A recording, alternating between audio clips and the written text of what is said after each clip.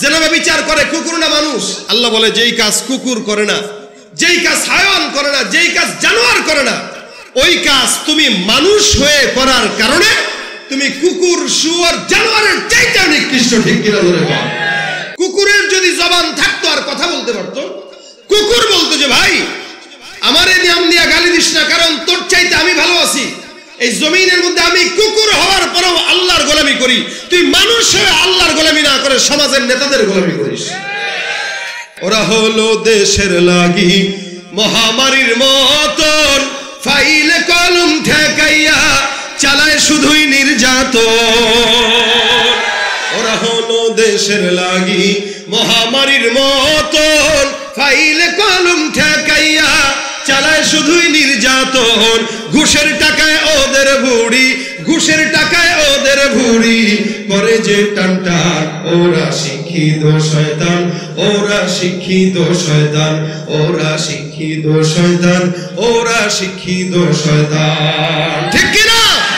দুর্নীতির ওই আখড়ায় বসে, দুর্নীতির ওই আখড়ায় বসে জাহির করে জ্ঞান, কলম দিয়ে কামায় টাকা ধরে সাধুর ভান। ওরা শিক্ষিত শয়তান, ওরা শিক্ষিত শয়তান, ওরা শিক্ষিত শয়তান, ওরা শিক্ষিত শয়তান। শিক্ষাঙ্গনের দিকে ভাইরে দেখো না চোখ মেলিয়া, ছাত্ররা সব বই ছাড়িয়া আছে শুধু প্রেম লইয়া। আবার অস্ত্র সেতু সঙ্গের সাথী, অস্ত্র সেতু সঙ্গের সাথী হইতে মাস্তান। ওরা শিক্ষিত শয়তান। কি? ওরা শিক্ষিত শয়তান, ওরা শিক্ষিত শয়তান, ওরা শিক্ষিত শয়তান। পীরগিরিয়ার মাজার পূজা চলছে দেশটা জুড়িয়া, শিরকি আর ভণ্ডামিতে দেশটা গেছে ভরিয়া। পীরগিরিয়ার মাজার পূজা চলছে দেশটা জুড়িয়া, শিরকি আর ভণ্ডামিতে দেশটা গেছে ভরিয়া। গাজার কলকি টান মারিয়া, গাজার কলকি টান মারিয়া দেখায় খাজার শান। ওরা শিক্ষিত শয়তান, ওরা শিক্ষিত শয়তান, ওরা শিক্ষিত শয়তান, ওরা শিক্ষিত শয়তান। ঠিক কিনা? উলাইকা কাল আনআমি বাল হুম আদাল। আল্লাহ বলে সব কুকুরের মতো, হায়াওয়ানের মতো, জানোয়ারের মতো, শুয়োরের মতো, বরং তার চাইতেও কি খারাপ। কারা? যারা সমাজে মুসলমান দাবি করেও ঈমান আনে না, নামাজ পড়ে না, রোজা রাখে না, যাকাত দেয় না, ইবাদত করে না। ইবাদত করব আমরা, আল্লাহ পাক আমাদের ইবাদত গ্রহণ করবেন। আল্লাহর কোনো ইবাদতের দরকার নাই। কিন্তু হ্যাঁ, ছোট্ট একটা ইবাদত আল্লাহ নিজে করে, যেটা আল্লাহ পাক কোরআনে স্পষ্ট বলেছেন। আল্লাহ বলেন ইন্নাল্লাহা ওয়া মালাইকাতাহু ইউসাল্লুনা আলান নবী। নিশ্চয়ই আল্লাহ আর আল্লাহর ফেরেশতা ওই আল্লাহর হাবিব পয়গম্বর মুহাম্মদুর রাসূলুল্লাহ সাল্লাল্লাহু আলাইহি ওয়াসাল্লামের উপরে দুরূদের আমল করে। সুবহানাল্লাহ।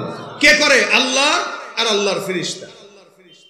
এটা আল্লাহ পাক স্পষ্ট কোরআনে বর্ণনা করেন। শুধু তাই না, আল্লাহ পাক বান্দাকে আদেশ দিয়ে দিবেন, ইয়া আইয়ুহাল্লাযীনা আমানু সাল্লু আলাইহি ওয়া সাল্লিমু তাসলিমা। এ মুমিন, তোমরা ওই নবীর উপরে দুরূদের আমল করো। কেন? রাসূল বলেন কেউ যদি জান্নাতে আমার পাশে থাকতে চায়, কেউ যদি জান্নাতে আমার পাশে থাকতে চায়, এই যে পাশের ঘরে, রাসূল সাল্লাল্লাহু আলাইহি ওয়াসাল্লাম বলেন আউলান নাসি বিয়াউমাল কিয়ামা, যেই ব্যক্তি সবচেয়ে আমার নিকটে কিয়ামতের জান্নাতে থাকতে চায়, আকসারুহুম আলাইহি সালাহ। কারা থাকবে? যারা দুনিয়ার জমিনে সবচেয়ে বেশি দুরূদের আমল আমি রাসূলের উপরে করব। যে ব্যক্তি রাসূলের উপরে দুরূদের আমল করবে বেশি, আল্লাহর নবী বলেন সে আমার পাশে জান্নাতে একসাথে আমার সাথে থাকবে। সুবহানাল্লাহ। এখানে আমরা অনেক মানুষ আছি, জিকির আজকার করি, অনেক ইবাদত বন্দেগী করি, কিন্তু আমরা জানি না নবী করিম সাল্লাল্লাহু আলাইহি ওয়াসাল্লামের জিকির, রাসূলের নামের দুরূদের বরকত আল্লাহর কাছে সবচাইতে বেশি দামি। কেন? আল্লাহর হাবিব সাল্লাল্লাহু আলাইহি ওয়াসাল্লাম এই কথাও বলেন, কোন বান্দা যখন আমি রাসূলের রওজার সামনে এসে সালাম দেয়, ইয়া রাসূলুল্লাহ আসসালামু আলাইকা ইয়া রাসূলুল্লাহ আইয়ুহান নবী, এই কথা বলে যখন কেউ সালাম দেয়, নবী বলেন আল্লাহ পাক আমার ভিতরে রূহ দিয়ে দেয়, তো আমি বান্দার সালামের জবাব আমার জবান দিয়ে নিয়ে নেই। এরকম একজন বুজুর্গ আহমদ কবির রিফাই একজন নামে ছিলেন, যে 550 হিজরিতে নবী করিম সাল্লাল্লাহু আলাইহি ওয়াসাল্লামের রওজায় গেছেন হজের সফরে। এই হজের সফরে যখন উনি যান, সফরে যাওয়ার পরে রাসূলের রওজায় সালাম পৌঁছানোর জন্য দাঁড়াইছেন। উনি দাঁড়ায় রাসূল সাল্লাল্লাহু আলাইহি ওয়াসাল্লামের কোনো না কোনো ভাবে সে বংশ ছিল। রাসূল সাল্লাল্লাহু আলাইহি ওয়াসাল্লামকে ডাক দিয়া বলতেছেন, আসসালামু আলাইকা ইয়া নবিয়াল্লাহ। তো বারবার সালাম দিতেছে আর বলতেছে, ইয়া রাসূল আপনি আমার সালাম গ্রহণ করেন। উনার পাশে হাজারো হাজী সাহেব যারা নবী করিম সাল্লাল্লাহু আলাইহি ওয়াসাল্লামকে সালাম দেওয়ার জন্য দাঁড়ায় আছে, তারা স্পষ্ট শুনতেছে এই বান্দা রাসূলকে যখন সালাম দিয়েছেন, তো নবী করিম সাল্লাল্লাহু আলাইহি ওয়াসাল্লাম তার রওজা থেকে জোরে উচ্চ কণ্ঠে বান্দার সালামের জবাব দিয়েছে। রাসূল যে জিন্দা, এটা প্রমাণ। নবী করিম সাল্লাল্লাহু আলাইহি ওয়াসাল্লাম কবরের জিন্দা, শুধু তাই নয়, প্রত্যেকটা নবী রাসূল তাদের কবরে জিন্দা। তাদের দেহ মাটি খাইতে পারে না, পোকা খাইতে পারে না, এটা তাদের আলাদা একটা পাওয়ার। তো সেখানে আপনার মতো আমার মতো উম্মত যদি আমরা রাসূল করিম সাল্লাল্লাহু আলাইহি ওয়াসাল্লামের উপর যদি দুরূদ পড়ি, বিশেষ করে ছাত্র ভাইরা এখানে আছে, আমি আমার ওস্তাদদের থেকে শোনা কথা নকল করেই বলতেছি। আমাদের ওস্তাদরা আমাদেরকে বলতেন, বাবা যদি জেহেনের কমতি থাকে তো দুরূদ পড়ো। ইলমের মাত্র শুরু মজমা আমাদের ছাত্র ভাইরা, এখন আস্তে আস্তে কিতাব শুরু হয়ে গেছে। আজকেও আমি আমার ছাত্রদেরকে শরবেকায়ের ঘন্টায় এটা বলেছি যে ভাই, তোমরা যারা এখানে আছো, অনেকের আমাদের তো এখন জেহেন খুব ইনকিশাফ হয়ে যায়, খালি চতুর্দিকে মুন্তাশির, খালি একবার এদিকে একবার এদিকে একবার এদিকে। আমাদের জেহেনের ভিতরে ইলম ঢুকে কম। আর ইলম এমন একটা কৃপণ, আল ইলমু লা ইউতিকা বাদাহু হাত্তা তুতিয়াহু কুল্লাক, এটা এমন কৃপণ, যতক্ষণ তাকে পরিপূর্ণ না দিবে ততক্ষণ আপনাকে সে একটু দিবে না। আপনি তাকে পরিপূর্ণ দিবেন, ইলম আপনাকে অল্প একটু দিবে। ইলমের কাজ হলো কৃপণতা। তো আমাদের ওস্তাদরা বলতেন, যেহেতু ইলমের কাজ কৃপণতা, ইলম পরিপূর্ণ দেয় না, এইজন্য দুরূদ শরীফের আমল বেশি বেশি করবা, তো আল্লাহ পাক রব্বুল আলামিন দুরূদের বরকতে তোমার ইলমের ভিতরে রুহানিয়াত দিবে এবং জেহেনের ভিতরে বরকত দান করবে। যত ছাত্র ভাইরা এখানে আছি, পাশাপাশি অন্য যারাও আছেন, আপনারা হাতের কাজ আছে, পায়ের কাজ আছে, জবানের কাজ থাকে না। জবানের একটা কাজ উঠায় রাখবো, দুরূদ শরীফ। লম্বা দুরূদ পড়তে যদি কষ্ট হয়, ছোট্ট দুরূদ সাল্লাল্লাহু আলাইহি ওয়াসাল্লাম, সাল্লাল্লাহু আলাইহি ওয়াসাল্লাম। রাসূল বলেন, কেউ যদি দুরূদ শরীফ না পড়ে দোয়া শুরু করে, অর্থাৎ দুরূদ পড়ে নাই, দোয়া শুরু করছে, ওই দোয়া আসমানে আল্লাহর কাছে যায় না, এটা ঝুলন্ত অবস্থায় থাকে। এই কারণে দোয়া করার শুরুতে এবং দোয়ার মাঝখানেও দুরূদ না পড়লে দোয়া কবুল হয় না। এই জন্য এখানে যারা আছি, যখনই সময় হয় সাল্লাল্লাহু আলাইহি ওয়াসাল্লাম কেউ যদি দুরূদের আমল করে, তো আল্লাহ পাক রব্বুল আলামিন তাকে স্বপ্ন যুগে হলেও নবী করিম সাল্লাল্লাহু আলাইহি ওয়াসাল্লামকে দেখা দিয়ে দিবে। আমরা দেখতে চাই তো ইনশাআল্লাহ, সবাই চাই ইনশাআল্লাহ। আল্লাহ আমাদেরকে দুরূদের আমলটা বেশি বেশি করার তৌফিক দেখ। আমি আমার এই জীবনের ছোট্ট তাজরিবায় বলি, যত বড় বিপদে আমি পড়েছি, আলহামদুলিল্লাহ আলহামদুলিল্লাহ, রাসূল করিম সাল্লাল্লাহু আলাইহি ওয়াসাল্লামের দুরূদের বরকতে আল্লাহ আমাকে অসংখ্য বড় বড় বিপদ আল্লাহ আমার জন্য সহজ করেছে।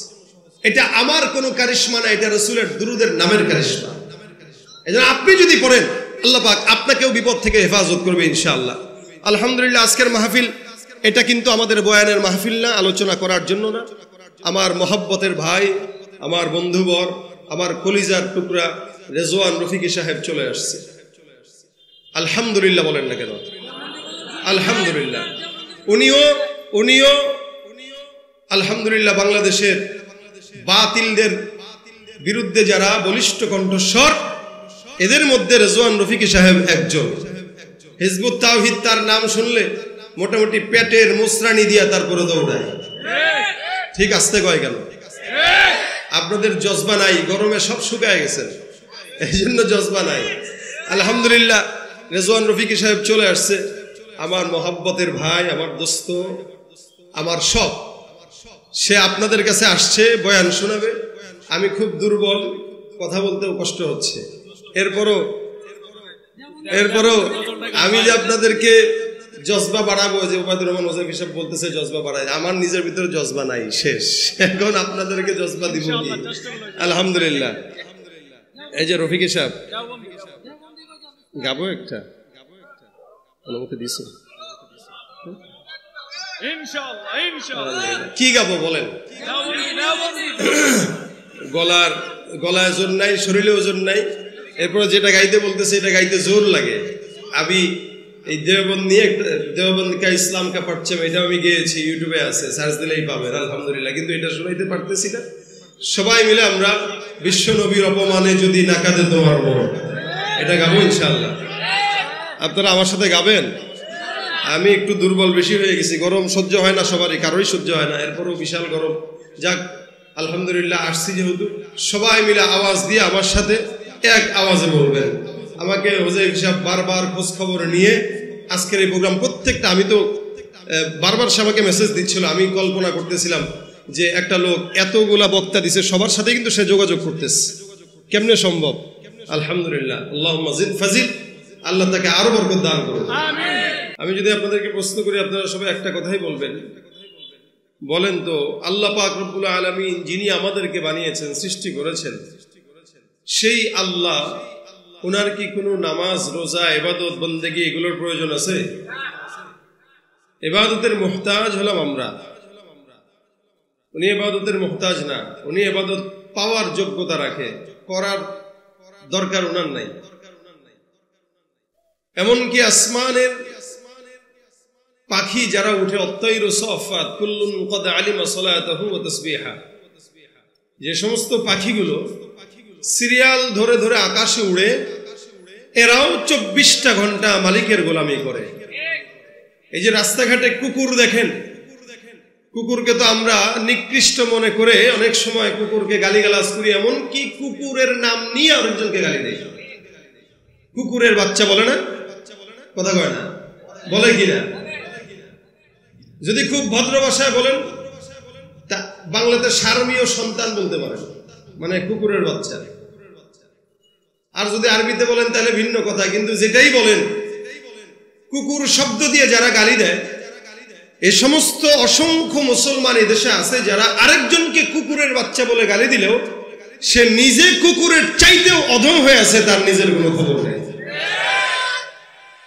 অথচ আল্লাহ পাক এই সমস্ত বান্দাদের বেলায় এভাবে উচ্চারণ করেছেন, উলাইকা কাল আনআমি বাল হুম আদাল উলাইকা হুমুল গাফিলুন। আল্লাহ বলে এরা সব হলো কুকুরের মতো, শুয়োরের মতো, না বরং তার চাইতেও নিকৃষ্ট।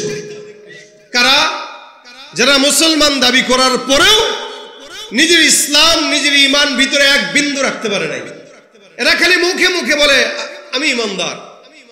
দেখেন, এত সোজা না ঈমানদার হওয়া। এখানে আমিও ঈমানদার নিজেকে দাবি করব, আপনিও দাবি করবেন, ঈমানদার তো দাবি করাই যায়। কিন্তু আল্লাহ পাক বলেন, মিনান নাসি মান ইয়াকুলু আমান্না বিল্লাহি ওয়া বিল ইয়াউমিল আখির ওয়া মা হুম বিমুমিনিন। খালি ঈমানদার বললেন যে আল্লাহর প্রতি বিশ্বাস করলাম, এটার নাম ঈমানদার না। কেউ সলিমউদ্দিন কলিমউদ্দিন আমাকে বলল যে ভাই আমি এটা বলছি বিশ্বাস করেন, আমি তার কথা শুনেই কি বিশ্বাস করব? না, আমার উচিত তার সবকিছু যাচাই বাছাই করে তারপরে বিশ্বাস করা। আল্লাহ পাক কোরআনে ফাতিহা থেকে নিয়ে নাস পর্যন্ত কি কি বলেছেন, এগুলো পরিপূর্ণ জেনে বুঝে তারপরে ঈমান আনা, এটা হলো একজন ঈমানদারের কাজ। কিন্তু ঈমানদার বলে আমি ঈমানদার হয়ে গেলাম, এরা যখন সুদের হারামের কথা বলে, ঘুষের হারামের কথা বলে, তখন কয় না ভাই সবকিছু মানলে এটা তো মানতে পারবো না, এটা তো খাবোই। তার মানে বোঝা গেল ও আল্লাহ পাকের একটা জিনিস মানে আরেকটা জিনিস মানে না। তো যেই ব্যক্তি একটা মানে আর 10টা মানে না, ও যদি নিজেকে ঈমানদার দাবি করে, ও ঈমানদার না, ও মুনাফিক, বেঈমান, ভণ্ড, এ সমাজের সবচেয়ে বড় বাটপার সে। এজন্য আল্লাহ পাক তার বেলায় বলেন উলাইকা কাল আনআম বাল হুম আদাল, এগুলা কুকুরের মতো, হায়াওয়ানের মতো, জানোয়ারের মতো। কুকুরের যদি জবান থাকতো আর কথা বলতে পারতো, কুকুর বলতো যে ভাই আমার এই নাম নিয়ে গালি দিস না, কারণ তোর চাইতে আমি ভালো আছি। এই জমিনের মধ্যে আমি কুকুর হওয়ার পরেও আল্লাহর গোলামি করি, তুই মানুষ হয়ে আল্লাহর গোলামি না করে সমাজের নেতাদের গোলামি করিস। এটা কুকুর বলতো যদি কুকুর জবান খুলতে পারতো। কিন্তু কুকুর বলতে পারে না, কুকুর আফসোস করে, আহারে আমারে নিয়ে গালি দেয়। এই জন্য আল্লাহ বলেন উলাইকা কাল আনআম বাল হুম আদাল, সব কুকুরের মতো, শুয়োরের মতো। কিভাবে? মুসলমান আমরা এখানে দাবি যারা করি, বলেন তো নামাজ আমাদের দরকার আছে কিনা, রোজা দরকার আছে কিনা? কিন্তু এই যে রমজানটা গেল, অসংখ্য ঈমানদার ছিল যারা দাবি করেছে ঈমানদার, কিন্তু একটাও রোজা রাখে নাই। হাত্তাকে যেই পর্যন্ত মুসলমান নামাজও পড়ে, দাড়িও আছে, এমন এমন মুসলমানও তারা রোজা রাখে না। দোকানে যে সুন্দর করে পর্দা লাগায় তারপরে চার বিস্কুট খায়। ও নিজেকে মুসলমান দাবি করতেছে, আল্লাহ কয় না। এই ব্যক্তি ইমানদার দাবি করতেছে, নামাজের কথা বললে আস্তে করে হাসি দিয়ে বলে ভাই প্যান্টের সমস্যা কালকে বলবো। রোজার কথা বললে বলতো ভাই আমার গ্যাস্ট্রিকের প্রবলেম পরে করব। যে কোনো অজুহাত তো তার আছে। আল্লাহ বলেন কুকুরের নামাজ নাই, হায়াওয়ানের নামাজ নাই, শুয়োরের নামাজ নাই, ও মুসলমান হওয়ার পরে তারও নামাজ নাই। সুতরাং ওর মধ্যে কুকুরের মধ্যে কোনো তফাৎ নাই, এরা সবাই সমান। আল্লাহ পাক এরপরে বলেন বালহুম আদাল, এরা কুকুরের চাইতেও খারাপ। কিভাবে? এলাকার মধ্যে চাঁদাবাজি করে কি কুকুর না মানুষ? বলেন মানুষ করে। ঘুষ খায় কে কুকুর না মানুষ? জেনা বিচার করে কুকুর না মানুষ? একজন আরেকজনের জায়গা মেরে নষ্ট করে কুকুর না মানুষ? সব করে মানুষ। আল্লাহ বলে যেই কাজ কুকুর করে না, যেই কাজ হায়াওয়ান করে না, যেই কাজ জানোয়ার করে না, ওই কাজ তুমি মানুষ হয়ে করার কারণে তুমি কুকুর শুয়োর জানোয়ারের চাইতে নিকৃষ্ট। ঠিক কিনা ধরে বল? ওরা হলো দেশের লাগি মহামারীর মতন, ফাইলে কলম ঠেকাইয়া চালায় শুধুই নির্যাতন। ওরা হলো দেশের লাগি মহামারীর মতন, ফাইলে কলম ঠেকাইয়া চালায় শুধুই নির্যাতন। ঘুষের টাকায় ওদের বুড়ি, ঘুষের টাকায় ওদের বুড়ি করে যে টানটান। ওরা শিক্ষিত শয়তান, ওরা শিক্ষিত শয়তান, ওরা শিক্ষিত শয়তান, ওরা শিক্ষিত শয়তান। ঠিক কিনা? দুর্নীতির ওই আখড়ায় বসে, দুর্নীতির ওই আখড়ায় বসে জাহির করে জ্ঞান, কলম দিয়ে কামায় টাকা ধরে সাধুর ভাগ। ওরা শিক্ষিত শয়তান, ওরা শিক্ষিত শয়তান, ওরা শিক্ষিত শয়তান, ওরা শিক্ষিত শয়তান। শিক্ষাঙ্গনের দিকে ভাইরে দেখো না চোখ মেলিয়া, ছাত্ররা সব বই ছাড়িয়া আছে শুধু প্রেম লইয়া। আবার অস্ত্র সেতু সঙ্গের সাথী, অস্ত্র সেতু সঙ্গের সাথী হইতে মাস্তান। ওরা শিক্ষিত শয়তান। কি? ওরা শিক্ষিত শয়তান, ওরা শিক্ষিত শয়তান, ওরা শিক্ষিত শয়তান। পীরগিরি আর মাজার পূজা চলছে দেশটা জুড়িয়া, শিরকি আর ভণ্ডামিতে দেশটা গেছে ভরিয়া। পীরগিরি আর মাজার পূজা চলছে দেশটা জুড়িয়া, শিরকি আর ভণ্ডামিতে দেশটা গেছে ভরিয়া। গাজার কলকি টান মারিয়া, গাজার কলকি টান মারিয়া দেখায় খাজার শান। ওরা শিক্ষিত শয়তান, ওরা শিক্ষিত শয়তান, ওরা শিক্ষিত শয়তান, ওরা শিক্ষিত শয়তান। ঠিক কিনা? উলাইকা কাল আনআমি বালহুম আদাল। আল্লাহ বলে সব কুকুরের মতো, হায়াওয়ানের মতো, জানোয়ারের মতো, শুয়োরের মতো, বরং তার চাইতেও কি খারাপ। কারা? যারা সমাজে মুসলমান দাবি করে ঈমান আনে না, নামাজ পড়ে না, রোজা রাখে না, যাকাত দেয় না, ইবাদত করে না। ইবাদত করব আমরা, আল্লাহ পাক আমাদের ইবাদত গ্রহণ করবেন। আল্লাহর কোনো ইবাদতের দরকার নাই। কিন্তু হ্যাঁ, ছোট্ট একটা ইবাদত আল্লাহ নিজে করে, যেটা আল্লাহ পাক কোরআনে স্পষ্ট বলেছেন। আল্লাহ বলেন ইন্নাল্লাহা ওয়া মালাইকাতাহু ইউসাল্লুনা আলান নবী, নিশ্চয়ই আল্লাহ আর আল্লাহর ফেরেশতা ওই আল্লাহর হাবিব পয়গম্বর মুহাম্মদুর রাসূলুল্লাহ সাল্লাল্লাহু আলাইহি ওয়াসাল্লামের উপরে দুরূদের আমল করে। সুবহানাল্লাহ। কে করে? আল্লাহ আর আল্লাহর ফেরেশতা। এটা আল্লাহ পাক স্পষ্ট কোরআনে বর্ণনা করেন। শুধু তাই না, আল্লাহ পাক বান্দাকে আদেশ দিয়ে দিবেন ইয়া আইয়ুহাল্লাযীনা আমানু সাল্লু আলাইহি ওয়া সাল্লিমু তাসলিমা। এ মুমিন, তোমরাও ওই নবীর উপরে দুরূদের আমল করো। কেন? রাসূল বলেন কেউ যদি জান্নাতে আমার পাশে থাকতে চায়, কেউ যদি জান্নাতে আমার পাশে থাকতে চায়, এই যে পাশের ঘরে, রাসূল সাল্লাল্লাহু আলাইহি ওয়াসাল্লাম বলেন আউলান নাসি বিয়াউমাল কিয়ামা, যেই ব্যক্তি সবচেয়ে আমার নিকটে কিয়ামতের জান্নাতে থাকতে চায়, আকসারুহুম আলাইয়া সালাহ। কারা থাকবে? যারা দুনিয়ার জমিনে সবচেয়ে বেশি দুরূদের আমল আমি রাসূলের উপরে করব। যে ব্যক্তি রাসূলের উপরে দুরূদের আমল করবে বেশি, আল্লাহর নবী বলেন সে আমার পাশে জান্নাতে একসাথে আমার সাথে থাকবে। সুবহানাল্লাহ। এখানে আমরা অনেক মানুষ আছি, জিকির আজকার করি, অনেক ইবাদত বন্দেগী করি, কিন্তু আমরা জানি না নবী করিম সাল্লাল্লাহু আলাইহি ওয়াসাল্লামের জিকির, রাসূলের নামের দুরুদের বরকত আল্লাহর কাছে সবচাইতে বেশি দামি। কেন? আল্লাহর হাবিব সাল্লাল্লাহু আলাইহি ওয়াসাল্লাম এই কথাও বলেন, কোন বান্দা যখন আমি রাসূলের রওজার সামনে এসে সালাম দেয়, ইয়া রাসূলুল্লাহ আসসালামু আলাইকা ইয়া রাসূলুল্লাহ আইয়ুহান নবী, এই কথা বলে যখন কেউ সালাম দেয়, নবী বলেন আল্লাহ পাক আমার ভিতরে রূহ দিয়ে দেয়, তা আমি বান্দার সালামের জবাব আমার জবান দিয়ে নিয়ে নেই। এরকম একজন বুজুর্গ আহমদ কবির রিফাই একজন নামে ছিলেন, যে 550 হিজরিতে নবী করিম সাল্লাল্লাহু আলাইহি ওয়াসাল্লাম রওজায় গেছেন হজের সফরে। এই হজের সফরে যখন উনি যান, সফরে যাওয়ার পরে রাসূলের রওজায় সালাম পৌঁছানোর জন্য দাঁড়াইছেন। উনি দাঁড়ায় রাসূল সাল্লাল্লাহু আলাইহি ওয়াসাল্লামের কোনো না কোনো ভাবে সে বংশ ছিল।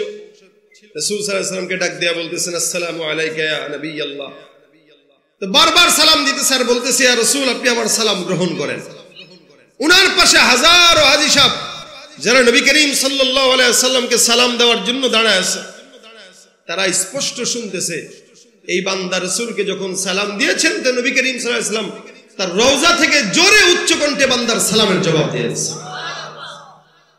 রাসূল যে জিন্দা, এটা প্রমাণ।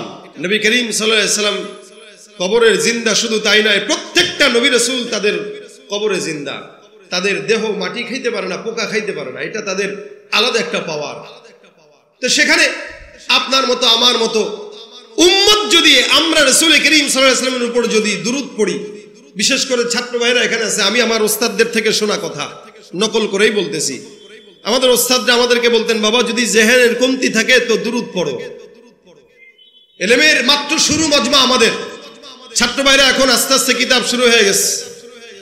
আজকেও আমি আমার ছাত্রদেরকে সর্বেকায়ের ঘন্টায় এটা বলেছি যে ভাই তোমরা যারা এখানে আছো, অনেকের আমাদের তো এখন জেহেন খুব ইনকিশাফ হয়ে যায়, খালি চতুর্দিকে মুনতাশির, খালি একবার এদিকে একবার এদিকে একবার এদিকে, আমাদের জেহেনের ভিতরে ইলম ঢুকে কম। আর ইলম এমন একটা কৃপণ, আল ইলমু লা ইউতিকা বাদাহু হাত্তা তুতিয়াহু কুল্লাক, এটা এমন কৃপণ, যতক্ষণ তাকে পরিপূর্ণ না দিবে ততক্ষণ আপনাকে সে একটু দিবে না।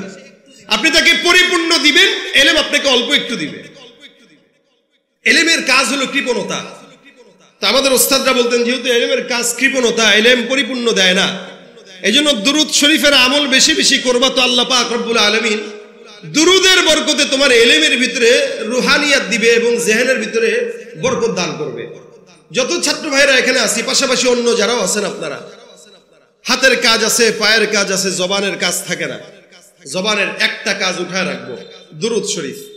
লম্বা দুরূদ পড়তে যদি কষ্ট হয়, ছোট্ট দুরূদ সাল্লাল্লাহু আলাইহি ওয়াসাল্লাম, সাল্লাল্লাহু আলাইহি ওয়াসাল্লাম।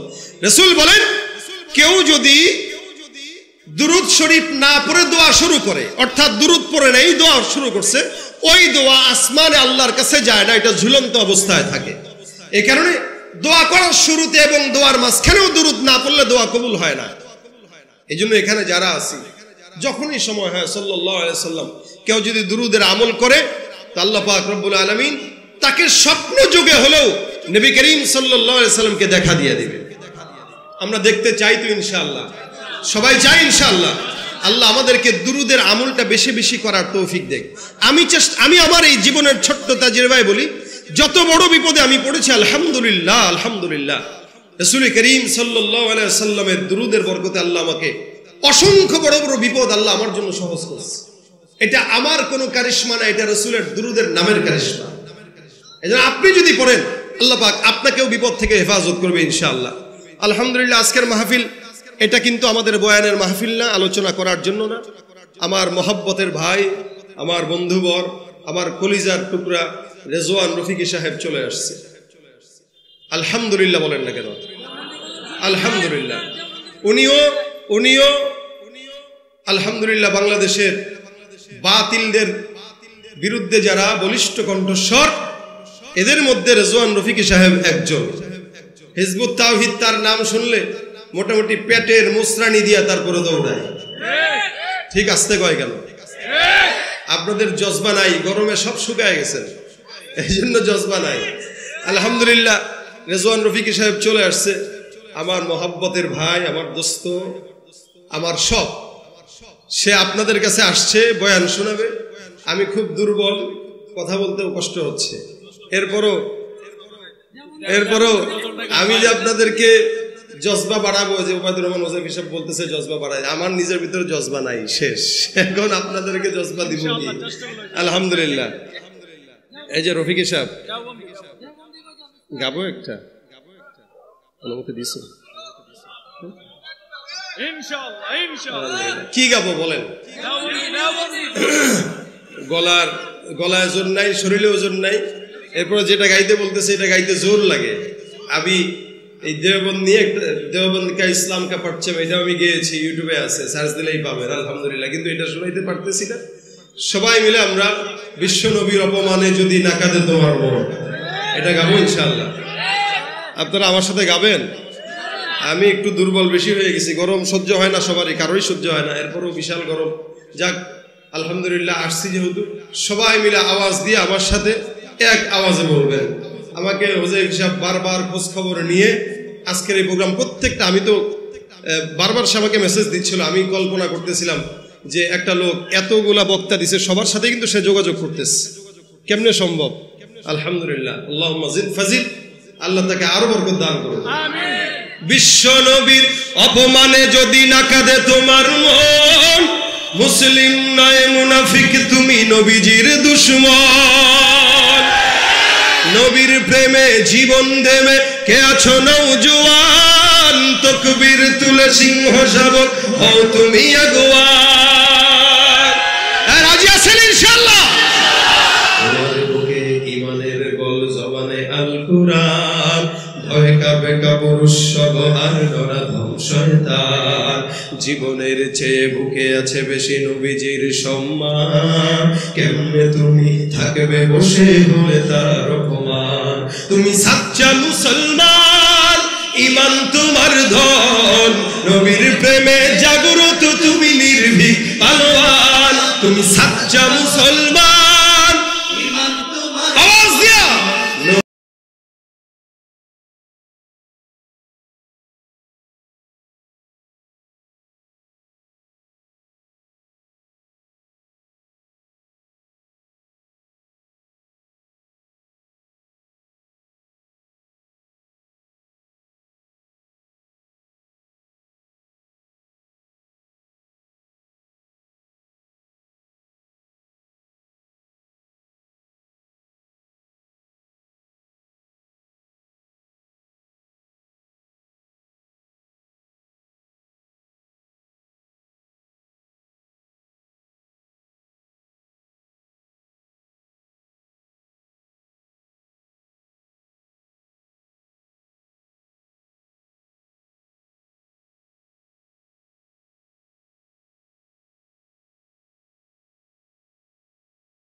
নবীর প্রেমে জাগ্রত তুমি নির্ভীক পালোয়ান। লিল্লাহে তাকবীর, নারায়ে তাকবীর। নাস্তিকতা নিপাত যাক, দিন ইসলাম জিন্দাবাদ। নাস্তিকতা নিপাত যাক, দিন ইসলাম জিন্দাবাদ। কোটি প্রাণে একই আওয়াজ, খোদাদ্রোহী ছাড় পাবে না, এই বাংলা ঠাই হবে না, মুসলমানরা জেগেছে আজ।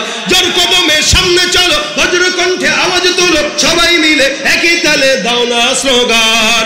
নারায়ে তাকবীর, আল্লাহু আকবার। নারায়ে তাকবীর, আল্লাহু আকবার। দিন ইসলাম, দিন ইসলাম, জিন্দাবাদ, জিন্দাবাদ। ইসলামেরই জন্য দেশের হয়েছে জন্ম, ইসলামের বিরুদ্ধে গেলে দেশ হবে ভিন্ন। ইসলামেরই জন্য দেশের হয়েছে জন্ম, ইসলামের বিরুদ্ধে গেলে দেশ হবে ভিন্ন। ইসলামের বিরুদ্ধে যারা নিয়েছ অবস্থান, এই বাংলাটাই হবে না, যাও ভিন্ন স্থান। জোর কদমে সামনে চলো, বজ্র কণ্ঠে আওয়াজ তোলো, সবাই মিলে একই তালে দাও না স্লোগান।